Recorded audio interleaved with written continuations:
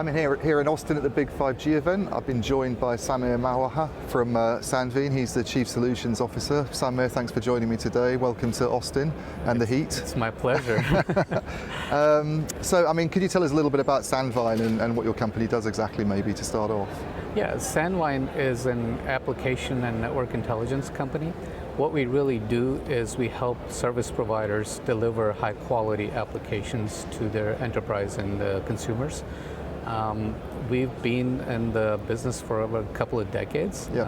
We're a company that has focused really on application classification, having analytics solutions for service providers to determine what traffic is going through their networks. And then we're one of the few trusted vendors to be inline. So we help our service provider customers to optimize their networks and monetize their networks after they determine what applications are going through those networks. So they can make their performance better, they can make the applications secure, and they can monetize those applications. Okay, and 2 decades is a long time, obviously, going back way before the sort of 5G era. Sure. But how's the work sort of changed, I guess, with 5G? What are the implications of that for you? Yeah, the world has obviously changed quite a bit from the voice world and then 3G and 4G transitions and now coming into 5G. The usage of applications continues to go up the roof, right? We recently released a global internet phenomena report, which we do for the industry to talk about the trends on the internet. And we see now for the first time the big 6 technology providers, it's the standard Facebook, Amazon, Google, Netflix of the world, they're now over 50% of the internet traffic. So wow. It has the trend. If you look at the trend, they were like 43% or so in 2019. In 2021, there were 57%. So in 2 years, that's a pretty big jump. And that's huge, we yeah. see, the application usage going up, and hence the need for solutions like ours to determine what's going through those networks, and to be able to monetize it and to make the experience better. So, I guess it helps at a time of sort of traffic explosion, as you say, and lots of investment required in that, to have the ability to sort of monitor what's going on, and just from a sort of cost efficiency perspective. That's right. Yeah. First, cost efficiency, so you can plan for these applications. The personas we usually engage with in a service provider is the planning team, the operations teams, to be able to first plan for new services and what applications will be running on them, and then to be able to troubleshoot and get to the next best action or root cause analysis of where is the problem.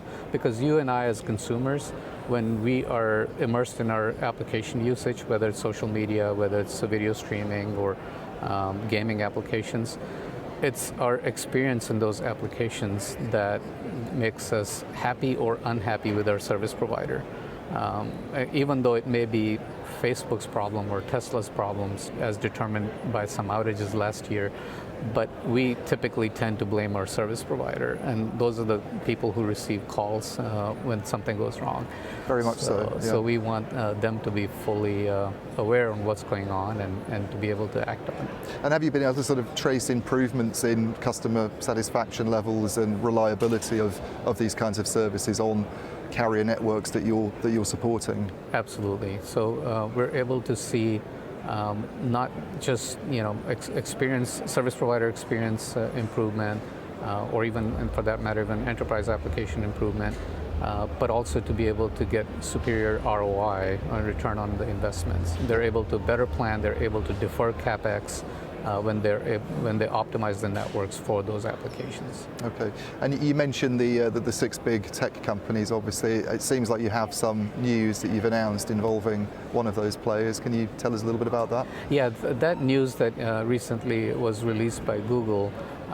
This was for their Google Cloud Platform, GCP, and they announced some partners, and they highlighted Sandvine as part of their ecosystem. And this is crucial for us in the sense we have been working on having all our portfolio be cloud native, and our service providers, whether in partnerships with cloud providers like AWS or Google or Microsoft, or in competition with these guys. There's always a competition between the two based on the type of deployment, or if it's private networks versus public networks. They do need these folks to be able to deploy all these solutions to be cloud native so they can be more efficient going forward.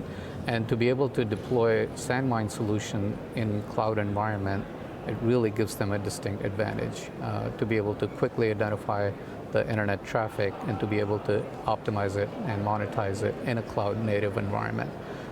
So Google is ahead in terms of their ecosystem play.